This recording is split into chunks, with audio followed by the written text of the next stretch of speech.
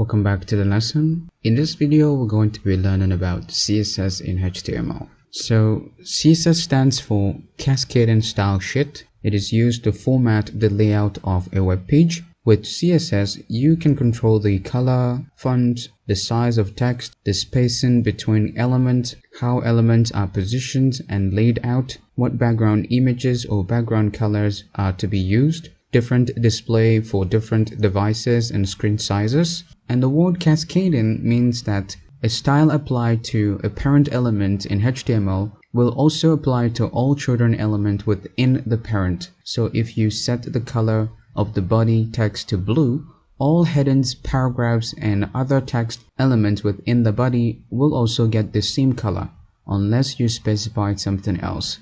So the question now is, how do we use CSS in our HTML? Well, CSS can be added to HTML document in three different ways.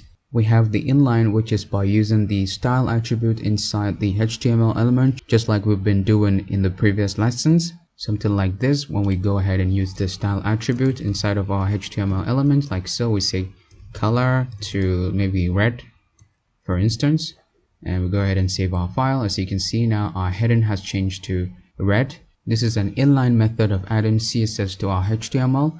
We have the second way, which is internal, by using the style element in the head section, and we have the external method, which is by using a link element to link to an external CSS file. But the most common way to add CSS is to keep the style in an external CSS file. However, in this course, we will be only using the inline and external styles, because this is easier to demonstrate and easier for you to try it out yourself. So now that we are already familiar with the inline CSS styling, now we're going to go ahead and discuss specifically about the internal CSS styling method in this lessons. So let's actually go ahead and get rid of this inline styling. Alright, something like this. Delete that, save our file. Now to add an internal CSS styling, we need to go right inside of our head tag right here. Inside the head tag, down below our title tag, we're going to go ahead and use the style element like so, expand it, and then within our style elements, we're going to go ahead and start defining our CSS styling, our internal CSS styling. So to add an internal CSS styling, first of all, we need to have a selector, which is the element that we're going to be targeting in order to apply our internal style to. So for instance, let's say we wanted to add a background color to our body right here, body element. So we're going to go ahead and right here and say body. This is our selector. We select the body, and then we're going to go ahead and open our declaration block like so, which is our curly bracket. And then within our curly bracket, we're going to go ahead and call our CSS property and say background color and set it to, let's say gray. We wanted to give it a gray background color. And now if we go ahead and save our file, save, as you can see, our page background color has changed to gray, because right here we are changing the background body color to gray. So this is basically how we go about using the internal CSS styling.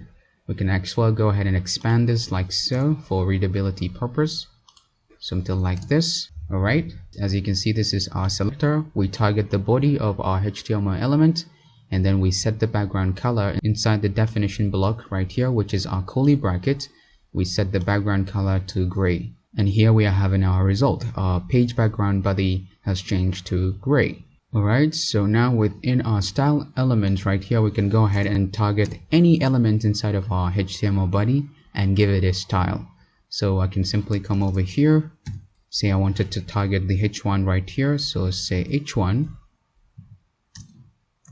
and open our declaration block.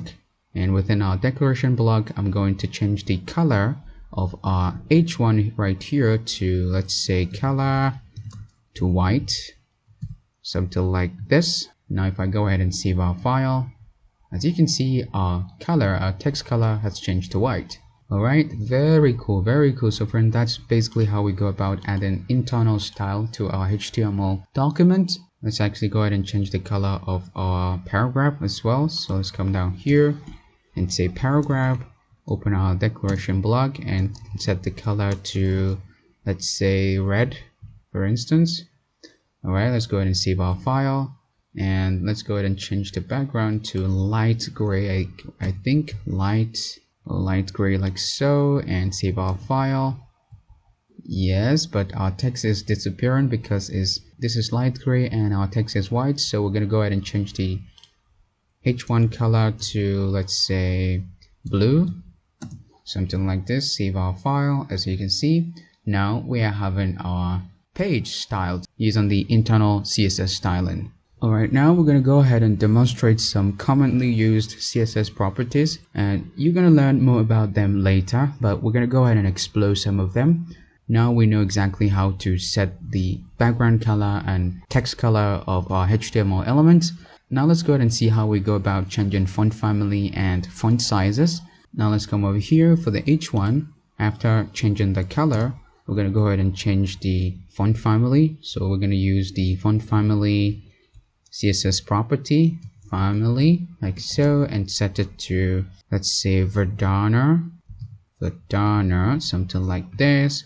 And now if I go ahead and save our file, as you can see, our font family has changed to Verdana from the default HTML or CSS font family to Verdana. And we can as well go ahead and change the font family of our paragraph as well, font-family, and we're going to set this one to Arial, something like this. Okay, there's an issue right here. Oh yes, we need to add a semicolon right here, of course. And now let's go ahead and save our file. Alright, as you can see, now our paragraph font family has changed to Arial, and we can as well go ahead and change the font size to increase or decrease the font size of our HTML elements. So we're going to go ahead and use the font size CSS property. Okay, set it to, let's say, we can use percentage or pixels. So let's go ahead and say 300%, something like this for our heading 1. Let's go ahead and save it. As you can see, our font size has increased to 300%, and we're going to go ahead and do the same thing for our paragraph. Let's come down below here, change the font size to, let's say, 160%. Let's go ahead and save our file. As you can see, now our paragraph font size has changed to 160%. Alright, we can as well go ahead and play around with some border. So let's add some border color to our heading 1, or let's add it to our paragraph instead. So let's go ahead and say border and set it to, let's say, 2 pixels solid. And the color should be, let's go ahead and add some color to it. Let's say tomato, something like this. Alright, we need to add a semicolon right here. Alright, now let's go ahead and save our file. Oh, I don't want this color. Let me actually change it to blue. Okay, let's say blue. Alright, now let's go ahead and save our file. As you can see, now we have our paragraph surrounded with a blue color. Alright, so let's go ahead and add some pattern. Well, the CSS pattern property defines a pattern, meaning a space in between the text and the border. So let's go ahead and add that. Now for our paragraph, let's come over here and say pattern and set it to, let's say, 30 pixels. Alright, let's actually go ahead and save our file. So as you can see, CSS is very powerful. We can use it basically to change the entire structure and styling of our web pages, which is very, very cool and awesome. Alright, so let's go ahead and explore one last CSS property, which is the CSS margin property. So basically, the CSS margin property defines a margin, meaning a space outside the border. That is actually contrary to our pattern. So let's go ahead and see that for ourselves. Now we can simply come over here and add a margin after the pattern. So let's say margin and set it to, let's say, 50 pixels. Alright, now we're going to go ahead and save our file. As you can see, now we have some spacing outside the border. Let's actually go ahead and increase this to 100. If you go ahead and save our file, you're going to see that we have extra more space in between our style sheet here, cascade and style sheet, and our paragraph down below here. So let's go ahead and save our file.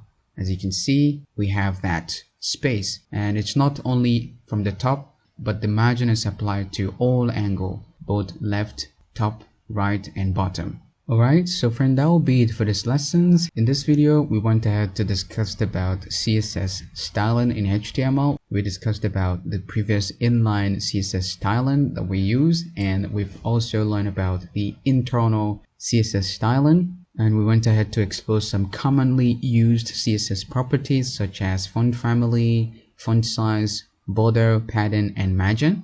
So I hope you enjoyed the lessons and that everything is clear to you, and I will see you in the next one.